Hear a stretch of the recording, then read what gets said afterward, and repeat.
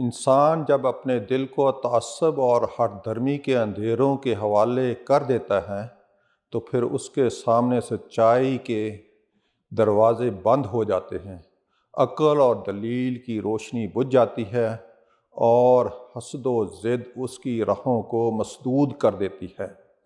یہی ضد انسان کو کامیابی کے راستے سے محروم کر کے ناکامی اور ذلت کی کھائی میں دھکیل دیتی ہے۔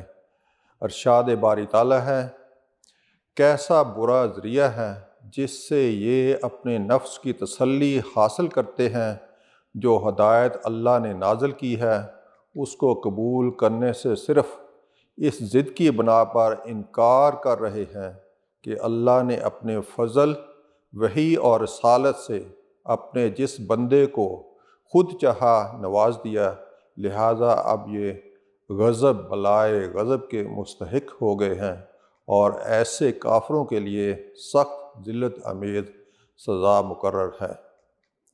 اس آیت کا دوسرا ترجمہ یوں بھی بیان ہوا ہے، کیسی بری چیز ہے جس کی خاطر انہوں نے اپنی جانوں کو بیچ ڈالا، یعنی اپنی فلاح، اپنی نجات اور اپنی دائمی کامیابی کو قربان کر دیا۔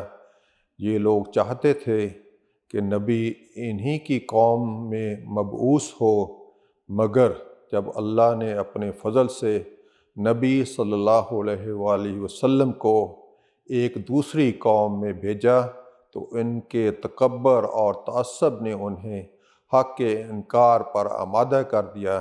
گویا وہ چاہتے تھے کہ اللہ اپنے فیصلے ان کی مرضی سے کرے۔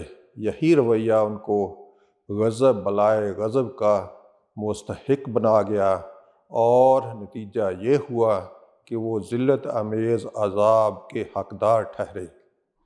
یہ آیت ہمیں یہ سبق دیتی ہے کہ ضد اور تعصب انسان کو اللہ کی ہدایت سے محروم کر دیتا ہے۔